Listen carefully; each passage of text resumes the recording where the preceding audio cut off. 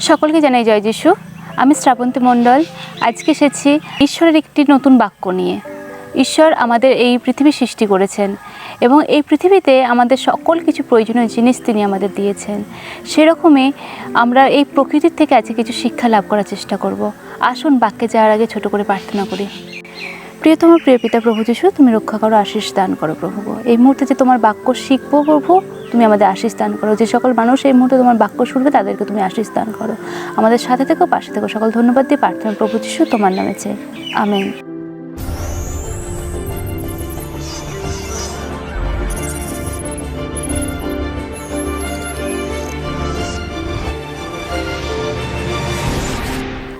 ঈশ্বর আমাদের প্রয়োজনীয় সকল কিছু জিনিস আমাদের দিয়েছেন। যেমন খুব বড় বস্তু বা জীবজন্তু তিনি আমাদের জন্য সৃষ্টি করেছেন, সেরকমভাবে খুবই ছোট বা ক্ষুদ্র প্রাণী বা বস্তু তিনি আমাদের জন্য সৃষ্টি করেছেন। সেরকম যদি একটি উদাহরণ দেখি, পিঁপড়ে। আসুন আজকে আমরা এই পিঁপড়ের থেকে কিছু শিক্ষা লাভ করার চেষ্টা করি। পিঁপড়ে, এটি বললেই হয়তো অনেকে ভাবতে পারেন পিঁপড়ে অতি সামান্য একটি ক্ষুদ্র একটি প্রাণী, এর থেকে আমরা কী শিক্ষা লাভ করতে পারি? আমি তাদের উদ্দেশ্যে বলছি, পিঁপড়ে থেকে আমরা অনেক কিছু শিক্ষা লাভ করতে পারি। ঈশ্বর এই পৃথিবীতে আমাদের জন্য ছোট বড় সকল প্রকার জীবজন্তু সৃষ্টি করেছেন। যেরকম আমরা বড় কোনো কিছু জীবজন্তু থেকে শিক্ষা লাভ করতে পারি, সেরকম ছোট এবং অতি ক্ষুদ্র প্রাণীদের থেকেও আমরা শিক্ষা লাভ করতে পারি। কোনো জিনিস ছোট বলে সেটা যেন আমরা অবহেলা না করি। আমরা যেমন বড়দের থেকে যেরকম শিক্ষা লাভ করি, সেরকম ছোটদের থেকেও শিক্ষা লাভ করি, তাদের আচার, তাদের ব্যবহার, তাদের কথাবার্তার মাধ্যমে। সেরকম ছোট বলে সেই সমস্ত জিনিসগুলোকে বা সেই প্রাণীগুলোকে যেন আমরা তুচ্ছ জ্ঞান না করি। এই পিঁপড়েদের থেকে আমরা কি শিখতে পারি, এই বিষয়ে আমি কয়েকটি পয়েন্ট আজ আমি আপনাদের সাথে শেয়ার করব। প্রথম পয়েন্ট, পিঁপড়েদের থেকে আমরা শিখতে পারি একতা। আমরা যখনই পিঁপড়েদের দেখি, কখনোই আমরা পিঁপড়েদের একটি পিঁপড়ে আমরা দেখি না। আমরা সবসময় পিঁপড়েদেরকে দলবদ্ধভাবে দেখি। তারা যেখানেই যায় না কেন, তারা দলবদ্ধভাবে যায়। বিপদ থেকে বাঁচার জন্য তারা দলবদ্ধভাবে পথ চলে। আর এই পিঁপড়েদের মধ্যে এই একতা বোধ খুব বেশি। তারা যদি কোনো রকম বিপদের সংকেত পায়, তারা সঙ্গে সঙ্গে তাদের সেই সংবাদ, বিপদের সেই সংবাদ অন্য যে সকল পিঁপড়ে আছে তাদেরকে জানায় এবং তখন সকল পিঁপড়ে একসাথে উপস্থিত হয় সেই বিপদের জায়গাতে। তাদের মধ্যে এই একতা খুব বেশি পরিমাণে দেখা যায়। দ্বিতীয় পয়েন্ট আমি শেয়ার করব, পিঁপড়েরা খুব পরিশ্রমী এবং সঞ্চয়ী। পিঁপড়ে একটি অতি ক্ষুদ্র প্রাণী হলেও এরা খুবই কঠোর পরিশ্রম করে। ওরা নিজেদের দেহের ওজনের তুলনায় 20 গুণ বেশি তারা খাবার বহন করতে পারে। এবং আমরা যখন দেখি পিঁপড়েদেরকে, তারা সব সময় দলবদ্ধভাবে একটা জায়গা থেকে আরেক জায়গায় যাচ্ছে এবং তারা খাবার বয়ে নিয়ে যাচ্ছে, খাবার সংগ্রহ করছে এবং তারা সেই খাবারকে সঞ্চয় করে রাখে ভবিষ্যতের জন্য। তারা গরমের দিনে অত কষ্ট করে শুধুমাত্র শীতে সেই খাবার সঞ্চয় করে রাখার জন্য। পৃথিবীতে বহু প্রজাতির পিঁপড়ে রয়েছে, আর সকল প্রকার প্রজাতির পিঁপড়েরাই খুব পরিশ্রমী। পিঁপড়েরা কখনো অলসভাবে দিন কাটায় না। আমি তৃতীয় পয়েন্ট বলবো, পিঁপড়েরা হয় খুব উদার। এই উদারতা ভাব আমাদের মানুষের মধ্যে এখন আর দেখা যায় না। আমাদের জগৎ সংসারেও আমরা এই উদারতা আমরা দেখতে পাই না, যার কারণে প্রতিটা পরিবার বা প্রতিটা সংসারের মধ্যে অনেক সময় আমরা অশান্তি দেখতে পাই। কিন্তু এই উদারতা ভাব পিঁপড়েদের মধ্যে প্রচুর পরিমাণে দেখা যায়। তাদের জোগাড় করা খাবার তারা শর্তহীনভাবে অন্যদের মধ্যে শেয়ার করে নেয়।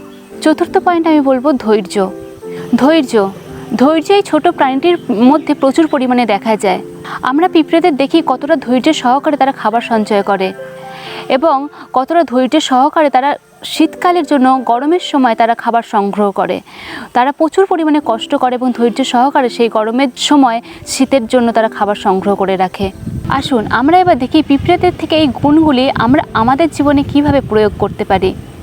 প্রথমেই আমি বলেছিলাম পিঁপড়েদের মধ্যে প্রচুর পরিমাণে একতা রয়েছে। পিঁপড়েরা যেখানেই যায় তারা দলবদ্ধভাবে একটা সারি বেঁধে যায়, তারা কখনোই এককভাবে কোথাও যায় না। তো সেরকমভাবেই আমরা যদি আমাদের মণ্ডলী কিংবা আমাদের পরিবারের মধ্য থেকে সেরকম আর একতা আমরা দেখতে পাই না। যদিও কোনো রকম কারোর সাথে কোনো সামান্য ঝামেলা বা কোনো কথা কাটাকাটি হয়, তো তারপর আমরা তাদের সাথে কথা বলা বন্ধ করে দিই। এমনকি সাব্বাত দিনেও আমরা একে অপরকে আমরা শুভ সাব্বাত তাদেরকে বলি না, তাদের সাথে পুরোপুরি আমরা কথা বলা বন্ধ করে দিই।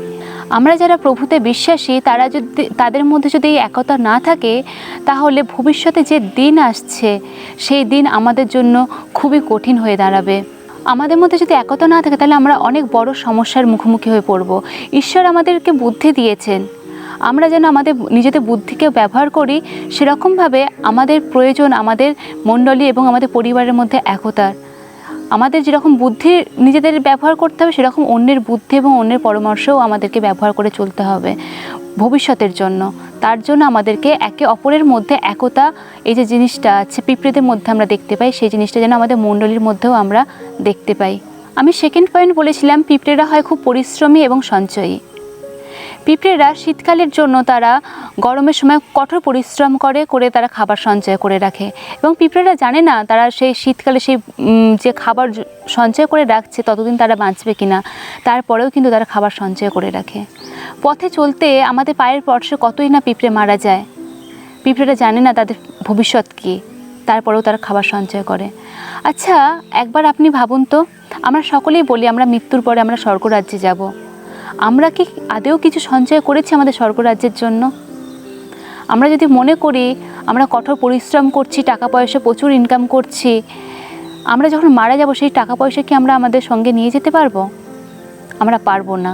তাই আমি আপনাদেরকে বলছি আসুন আমরা স্বর্গরাজ্যের জন্য ধন সঞ্চয় করি, যা কেউ নিতে পারবে না। আপনি আপনার কর্মের মাধ্যমে স্বর্গরাজ্যের জন্য ধন সঞ্চয় করুন। আমরা যেন চেষ্টা করি প্রতিদিন একটি মানুষের কাছে হলেও ঈশ্বরের সেই সুসমাচার পৌঁছে দেওয়ার, প্রতিদিন বাইবেল পাঠ করার। তাহলে অন্তত একটি মানুষ যারা জানে না ঈশ্বরের বাক্য, ঈশ্বরের যদি তারা অন্তত জানতে পারবে। হয়তো এটা একটু কঠিন, কিন্তু আমরা যদি কঠোর পরিশ্রম করি, আমাদের যে ঈশ্বর বুদ্ধি দিয়েছেন সেই বুদ্ধি ব্যবহার করি এবং আমরা যদি শ্রম করি, তাহলে আমরা একদিন অবশ্যই সফলতা পাবো। অলস ব্যক্তি কখনই কিন্তু কোনো রকম সফলতা পায় না। তাই আমরা পিঁপড়ের মতো কঠোর পরিশ্রমী হয়ে উঠি এবং স্বর্গরাজ্যের জন্য ধন সঞ্চয় করি। আমি থার্ড পয়েন্ট বলেছিলাম পিঁপড়েরা হয় খুব উদার। পিঁপড়েদের মধ্যে উদারতা প্রচুর পরিমাণে দেখা যায়। তারা শর্তহীনভাবে নিজেদের খাবার, সঞ্চয় করা খাবার তারা অন্যের সাথে শেয়ার করে, ভাগাভাগি করে নেয়। পরস্পরের সঙ্গে দুঃখ, কষ্ট, আনন্দ, খাবার সকল কিছু ভাগাভাগি করে নেওয়ার এই প্রবণতা এই পিঁপড়েদের মধ্যে প্রচুর পরিমাণে দেখা যায়। সেরকম আমরাও আমাদের প্রতিবেশী এবং আমাদের মণ্ডলীর সদস্যদের মধ্যে যেন এই উদারতাটা দেখাই। আমাদের চারিপাশে মানুষদের যদি কোনো বিপদ হয় সেই বিপদে যেন তাদের উপকার করতে এগিয়ে যাই। হয়তো আমরা পুরোটা করতে পারবো না বা সবসময় সেটা হয়তো সম্ভব হয় না, তবুও কোনো ব্যক্তির বিপদে গিয়ে আমরা যদি তাকে একটু ভালো কথা বা একটু তাকে সাহস দিই, সেই ব্যক্তির হয়তো ভালো লাগতে পারে, সেই ব্যক্তির হয়তো সেটা হয়তো উপকার হতে পারে। হয়তো তাকে খারাপ কিছু না বলে তার পাশে যেন আমরা গিয়ে দাঁড়াই। অন্যের বিপদে পাশে দাঁড়ানোর জন্য আপনাকে হতে হবে উদার, আর আপনার উদার মনোভাব এবং উদার চিন্তাভাবনা ছাড়া আপনি অন্যের বিপদে পাশে দাঁড়াতে পারবেন না। পিঁপড়েরা যেরকম খাবার সংগ্রহ করে রাখে শীতের জন্য এবং শর্তহীনভাবে সেই খাবার তারা ভাগাভাগি করে নেয় অন্য পিঁপড়েদের সাথে, সেরকমভাবেই আমাদেরও যে অনেক সময় খাবার অবশিষ্ট থাকে এবং আমাদের আলমারি ভর্তি জামা কাপড় অনেক সময় বন্দি হয়ে থাকে যেগুলো আমরা ব্যবহার করি না, আমরা যদি সেই সকল কিছু জিনিস অন্য সকল মানুষদের সাথে শেয়ার করে নিই, তাহলে হয়তো কোনো মানুষের কিছুটা হলেও উপকার হতে পারে। চতুর্থ পয়েন্ট আমি বলেছিলাম এই প্রাণীটির মধ্যে প্রচুর পরিমাণে ধৈর্য দেখা যায়। প্রাণীটি অতি ক্ষুদ্র হলেও কিন্তু এই প্রাণীটির মধ্যে প্রচুর পরিমাণে ধৈর্য আছে। আমরা যদি বাঘকে দেখি, বাঘের খিদে পেলে সে যদি শিকার করতে না পারে সে কিন্তু তার বাচ্চাকে খেয়ে নেয়, কিন্তু পিঁপড়েদের মধ্যে সেই জিনিসটি দেখা যায় না। পিঁপড়েরা কঠোর পরিশ্রম করে, ধৈর্য নিয়ে তখনও তারা খাবার সংগ্রহ করার চেষ্টা করে। তাই পিঁপড়েদের মতো আমাদেরও ধৈর্যের প্রয়োজন। আমরা যারা প্রভু যিশুকে জানি, প্রভু যিশুর পথকে অনুসরণ করি, তাদের সামনে অনেক রকম সমস্যাও এসে উপস্থিত হবে এবং অনেক রকম প্রবলেম আসবে আমাদের মধ্যে। তো আমরাও যেন সেই ধৈর্য নিয়ে ঈশ্বরের কাছে প্রার্থনায় নত হই এবং বিশ্বাস সহকারে যেন ঈশ্বরের কাছে বিশ্বাসে যেন স্থির থাকি। আমরা যদি ধৈর্য নিয়ে ঈশ্বরের কাছে বিশ্বাসে স্থির থাকি, তাহলে আমাদের কষ্টের সময়ে আমরা শক্তি পাব। ঈশ্বর তিনি আমাদেরকে রক্ষা করবেন।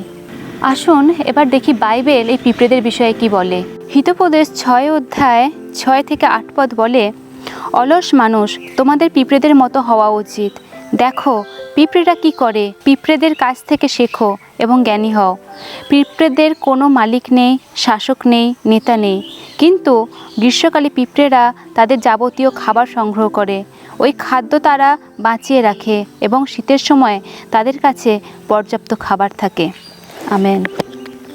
আমরা যদি বাইবেল দেখি, বাইবেল আমাদের বলছে যে পিঁপড়েদের মতো কঠোর পরিশ্রমী হও, পিঁপড়েদের মতো জ্ঞানী হও, পিঁপড়েদের মতো সঞ্চয়ী হও। আমরা হয়তো কখনো এত কিছু ভেবে দেখি না যে হ্যাঁ ছোট্ট এই ক্ষুদ্র প্রাণীটির মধ্যে থেকে এত কিছু গুণ আছে, এত কিছু শেখা যায় এই পিঁপড়েদের থেকে। তাই আমি সকল বন্ধুদের অনুরোধ করি, আসুন আমরা আমাদের প্রতিবেশী, আমাদের মণ্ডলীর একে অন্যের পাশে দাঁড়াই, আমাদের মণ্ডলীর মধ্যে এবং পরিবারের মধ্যে একতা বজায় রাখি, একে অন্যের বিপদে আমরা যেন গিয়ে পাশে দাঁড়াই। আমি যদি কারোর বিপদে গিয়ে পাশে দাঁড়াই, হয়তো আমার যখন কোনো বিপদ আসবে সেই ব্যক্তিরাও হয়তো আমার পাশে এসে দাঁড়াবে। পিঁপড়েদের থেকে আজকে আমরা যা কিছু শিখলাম, একতা, সঞ্চয়, উদারতা, ধৈর্য, কঠোর পরিশ্রম, এই সকল কিছুই যেন আমরা চেষ্টা করি আমাদের জীবনে প্রয়োগ করার। তাহলে আমাদের জীবনেও একদিন সফলতা আসবে, আমরাও একদিন সফলতা পাবো। সকলকে জয় যিশু।